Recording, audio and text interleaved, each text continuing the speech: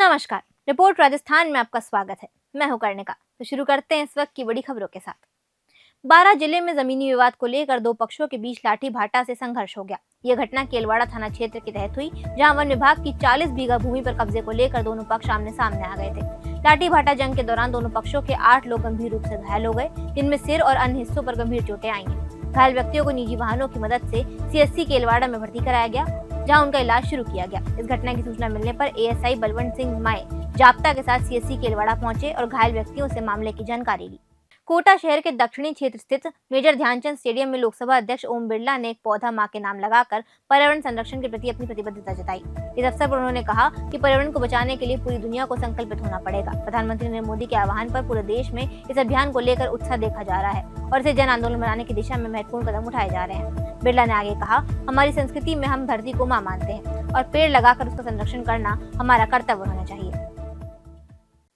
शिक्षा नगरी 6 के रंग तालाब स्थित सोनू वाइस पर अवैध शराब का कारोबार खुलेआम जारी है। ये शराब की दुकान दिन भर शराबियों से भरी रहती है। स्थानीय लोगों का आरोप है कि शराब ठेकेदार ने यहां शराब पिलाने के लिए 2 हाल भी तैयार कर रखे हैं, जिनमें बैठकर शराब पीने की व्यवस्था की गई है। यहाँ कूलर, टेबल कुर्सी और ठंडे पानी की भी सुविधा उपलब्ध है। शराब की दुकान के पास ही स्थित सोफिया स्कूल के स्टूडेंट्स और उनके अभिभावक इस व्यवस्था से परेशान हैं। शराबों के हुड़दंग और शोर शराबे के कारण छात्रों का मनोबल गिर रहा है और अभिभावकों को चिंता है कि उनके बच्चों की पढ़ाई पर इसका बुरा असर न पड़े। सबसे चौंकाने वाली बात यह है कि इस दुकान में 3 शटर लगे हैं और साइन बोर्ड भी नियमों के खिलाफ है। पंडित दीनदयाल उपाध्याय अंत्योदय संबल पखवाड़ा के तहत स्वास्थ्य विभाग द्वारा आयोजित हो रहे शिविर में TB रोगियों को निक्षय पोषण किट वितरित की जा रही है। मुख्य चिकित्सा एवं स्वास्थ्य अधिकारी डॉक्टर OP सामर के निर्देशन में आयोजित इस शिविरों में TB रोगियों को न केवल निक्षय पोषण किट प्राप्त हो रही है, बल्कि उन्हें आयुष्मान कार्ड प्रदान किए जा रहे हैं। इसके अतिरिक्त इन शिविरों में कई अन्य स्वास्थ्य सेवाएं भी प्रदान की जा रही हैं, जैसे कि असंक्रामक रोगों की स्क्रीनिंग, आयुष्मान eKYC कार्ड वितरण, निःशुल्क दवाइयां, ANC जांच और टीकाकरण जैसी सुविधाएं। लोकसभा अध्यक्ष ओम बिरला ने अपने शक्तिनगर स्थित कैंप कार्यालय में क्षेत्रीय लोगों की समस्याओं को सुना। इस दौरान उन्होंने संबंधित अधिकारियों को मौके पर जाकर समस्याओं का समाधान करने के निर्देश दिए। बिरला की जनसुनवाई में सबसे अधिक शिकायतें कोटा विकास प्राधिकरण, नगर निगम और बिजली कंपनियों से संबंधित आई। पत्रकारों से बातचीत करते हुए ओम बिरला ने कहा, मानसून का मौसम है, हम सभी को मिलकर अधिक से अधिक पेड़ लगाने चाहिए और पर्यावरण को सुरक्षित रखने के प्रयास करने चाहिए। कोटा शहर के नगर निगम कोटा दक्षिण के कांग्रेस पार्षदों ने नगर निगम परिसर में प्रशासन की भेदभावपूर्ण नीति, विकास कार्यों में रुकावट और राजनीतिक द्वेष के विरोध में धरना दिया। धरने के बाद पार्षदों ने CAD सर्किल से गणेश जी के मंदिर तक दंडवत यात्रा भी की। धरने और यात्रा का नेतृत्व कांग्रेस नेता और उप महापौर पवन मीणा ने किया। पवन मीणा ने कहा कि ये विरोध प्रदर्शन लगातार जारी रहेगा और नगर निगम प्रशासन को सद्बुद्धि आए, इसके लिए भगवान गणेश से प्रार्थना की जाएगी। उनका कहना है कि नगर निगम प्रशासन द्वारा की जा रहे भेदभावपूर्ण व्यवहार से क्षेत्रवासियों को कई समस्याओं का सामना करना पड़ रहा है। कोटा शहर के दादाबाड़ी इलाके में CAD सर्किल के पास देर रात एक कार में अधेड़ व्यक्ति का शव मिला। शव की पहचान आकेश यादव के रूप में हुई, जो मृत अवस्था में कार में पड़ा हुआ था। पुलिस ने शव का पोस्टमार्टम करवाकर उसे परिजनों के हवाले कर दिया है। पुलिस को सूचना मिली कि एक व्यक्ति कार में बंद है। जब पुलिस मौके पर पहुंची तो आकेश यादव मृत अवस्था में पाया गया। उसे तुरंत मेडिकल कॉलेज अस्पताल लाया गया, जहाँ डॉक्टरों ने उसे मृत घोषित कर दिया। पुलिस ने शव का पोस्टमार्टम करवाकर उसे परिजनों को सौंप दिया है। फिलहाल पुलिस मामले की जाँच कर रही है। शहर के नयापुरा स्थित राजकीय महाविद्यालय में सोमवार 1 बजे एक विवाद छिड़ गया, जब छात्र नेता रिदम शर्मा के नेतृत्व में कुछ छात्र नेताओं ने महाविद्यालय परिसर में बिना अनुमति के लगे सरकारी फ्लेक्स को फाड़ दिया। ये फ्लेक्स राजस्थान सरकार द्वारा चलाई जा रही पंडित दीनदयाल उपाध्याय अंत्योदय योजना के प्रचार के लिए लगाए गए थे। छात्र नेता रिदम शर्मा ने कॉलेज प्रशासन से इन फ्लेक्स के बारे में सवाल किया तो उन्होंने बताया कि ये फ्लेक्स बिना अनुमति के लगाए गए हैं। शिक्षा और पंचायती राज मंत्री मदन दिलावर ने मुख्यमंत्री भजनलाल शर्मा की सभा में भाग लेने के बाद अचानक सांगोट क्षेत्र के गांव खनाहेड़ा का निरीक्षण किया। मंत्री को गांव में देर ग्रामीणों की भीड़ एकत्रित हो गई। इस दौरान मंत्री ने गांववासियों से पूछा कि सफाई व्यवस्था कैसी हो रही है, जिस पर ग्रामीणों ने बताया कि सफाई 15 दिन में कभी एक बार होती है। मंत्री ने फिर पूछा, क्या रोज झाड़ू नहीं निकलती, गाड़ी कचरा लेने नहीं आती? इस पर गाँव के लोगों ने बताया कि ना तो रोज सफाई होती है और न ही कचरा लेने वाली गाड़ी गाँव में आती है। इस पर मंत्री मदन दिलावर ने संबंधित अधिकारियों, सरपंच और सफाई ठेकेदारों के खिलाफ कार्रवाई के निर्देश दिए। कोटा जिले के सांगौद में उस समय विवाद की स्थिति बन गई जब मुख्यमंत्री भजनलाल शर्मा को ज्ञापन देने पहुंचे भारतीय किसान संघ के प्रतिनिधि मंडल के सांगौद थानाधिकारी लाखन सिंह ने तीखी कहासुनी हो गई।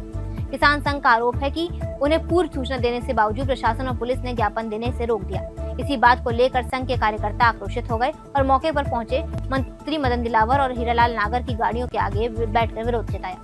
किसान संघ के जिलाध्यक्ष जगदीश शर्मा कलमंडा ने बताया कि 3 दिन पहले ही सांगौद SDM को ज्ञापन देकर मुख्यमंत्री से मिलने की जानकारी दे दी गई थी। संभाग अध्यक्ष गिरिराज चौधरी के नेतृत्व में प्रतिनिधिमंडल सीएम से मिलने पहुंचा, लेकिन मौके पर प्रशासन ने उन्हें रोका और ज्ञापन देने से इनकार कर दिया।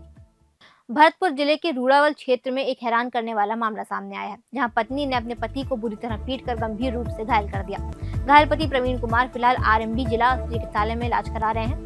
प्रवीण ने आरोप लगाया है कि उसकी पत्नी लगातार घर पर झगड़ा करती है और उससे 5 लाख रुपए की मांग करती है। सिर पर गंभीर चोट के निशान के साथ प्रवीण का इलाज किया जा रहा है। पुलिस ने मामले की जांच शुरू कर दी है और महिला के खिलाफ कार्यवाही की प्रक्रिया प्रारंभ कर दी है। जयपुर में उप मुख्यमंत्री दिया कुमारी की जनसुनवाई में प्रदेश की जनता की समस्याओं का न केवल सुनाव किया गया बल्कि उनका तत्काल समाधान भी किया गया। ये उदाहरण प्रदेश सरकार की संवेदनशीलता को दर्शाता है। मंगलवार को आयोजित जनसुनवाई में प्रदेश के विभिन्न हिस्सों से आए नागरिकों ने अपनी समस्याएं रखी, जिनमें शिक्षा, चिकित्सा, जल आपूर्ति, पेंशन, सड़क निर्माण और प्रशासनिक सेवाएं जैसे मुद्दे प्रमुख रहे। उप मुख्यमंत्री दिया कुमारी ने प्रत्येक आवेदन की समस्या को गंभीरता से सुना और तुरंत संबंधित विभागों के अधिकारियों को आवश्यक दिशा निर्देश दिए। कई मामलों में मौके पर ही कार्यवाही की पहल की गई। ये जनसुनवाई प्रदेश सरकार की सुनवाई और समाधान की प्रभावी कार्यशैली का एक स्पष्ट उदाहरण बनकर सामने आई, जिससे लोगों में सरकार के प्रति विश्वास और उम्मीद बढ़ी है। किशनगढ़ के सिंधी कॉलोनी निवासी महिला की करंट की चपेट में आने से दुखद मृत्यु हो गई। घटना के बाद शव को पोस्टमार्टम के लिए भेजा गया और बाद में शव परिजन को सौंप दिया गया। इस दुखद घटना पर प्रशासन ने मृतका के परिवार को मुआवजा राशि और अन्य मदद देने पर सहमति जताई। एसडीएम और तहसीलदार ने मृतका के परिवार और सिंधी समाज के लोगों से मिलकर उन्हें समझाइश दी और प्रशासनिक सहायता का आश्वासन दिया। इस पर विधायक विकास चौधरी ने घटना को हृदय विदारक बताते हुए प्रशासन से आर्थिक सहायता देने की मांग की। साथ ही उन्होंने प्रशासन पर गंभीर आरोप लगाए और कहा कि जिम्मेदार अधिकारियों के खिलाफ सख्त कार्रवाई होनी चाहिए। करौली के बयाना में हनी ट्रैप में फंसाकर किराना व्यापारी को ब्लैकमेल कर 25 लाख रुपए की फिरौती मांगने का मामला सामने आया है। कस्बा सुरौट निवासी किराना व्यापारी को पहले झांसे में लेकर होटल में बुलाया गया, फिर वहां मारपीट कर उसका अश्लील वीडियो बनाया गया। विरोध करने पर आरोपियों ने व्यापारी की पत्नी को फोन कर 25 लाख रुपए की मांग की। व्यापारी के भाई ने बताया कि उसका भाई चिकित्सकीय परामर्श के लिए हिंदौन गया था। वहां जांच लैब के बाहर एक अनजान महिला बातों में उलझाकर उसे एक होटल में ले गई, जहां पहले से मौजूद उसके गैंग के सदस्य वारदात को अंजाम देने के लिए फिराक में थे। होटल पहुंचते ही व्यापारी के साथ मारपीट की गई और बंधक बनाकर जबरन अश्लील वीडियो बनाया गया। सिरोही जिले में रेवदर ब्लॉक के करौटी गांव में अवैध रूप से चिकित्सा कार्य कर रहे 3 झोलाछाप चिकित्सकों के खिलाफ सख्त कार्रवाई की गई। ये कार्रवाई मुख्य चिकित्सा एवं स्वास्थ्य अधिकारी डॉक्टर दिनेश खराड़ी के निर्देशन पर और deputy CMHO doctor SP Sharma के नेतृत्व में की गई। इस कार्रवाई के दौरान ये पाया गया कि केपी सरकार और सावरडा, एक झोलाछाप चिकित्सक, कई वर्षों से करौटी गाँव में एक अवैध क्लिनिक चला रहा था। वहीं दीपांशु नामक एक अन्य झोलाछाप चिकित्सक मौके से फरार हो गया। इसके अलावा भीमराम नामक झोलाछाप के क्लिनिक पर भी बिना वैध चिकित्सा डिग्री के एक्सरे जैसी जांचें अवैध रूप से की जा रही थी। चित्तौड़गढ़ के कोतवाली थाना क्षेत्र में 1 जून की रात सेमलपुरा चौराहे के पास स्थित एक होटल में हुई गोलीकांड में अजय सिंह की हत्या के मामले में पुलिस की निष्क्रियता के खिलाफ जन आक्रोश उबाल पर है। 1 माह से अधिक समय बीत जाने के बावजूद मुख्य आरोपियों की गिरफ्तारी न हो पाने पर सोमवार को सर्व समाज के सैकड़ों लोगों ने पैदल मार्च निकाला और कलेक्ट्री चौराहे पर मानव श्रृंखला बनाकर जोरदार विरोध प्रदर्शन किया। प्रदर्शनकारियों का कहना था कि पुलिस ने इस मामले में उचित कार्रवाई नहीं की है और आरोपियों को गिरफ्तार करने में लापरवाही बरती जा रही है। लोग अपराधियों के खिलाफ कड़ी कार्रवाई की मांग कर रहे थे और उन्होंने कहा कि यदि आरोपियों की जल्द गिरफ्तारी नहीं होती है तो वो आंदोलन तेज करेंगे। ये घटनाएं पहली घटना नहीं है, ये ऐसी घटनाएं बहुत बार हो चुकी है, लेकिन मेरे भाई को मौत के घाट उतारा बजरी माफिया के अधिकारी ने और प्रशासनिक अधिकारियों ने और उनको शय देने वाले अधिकारियों ने।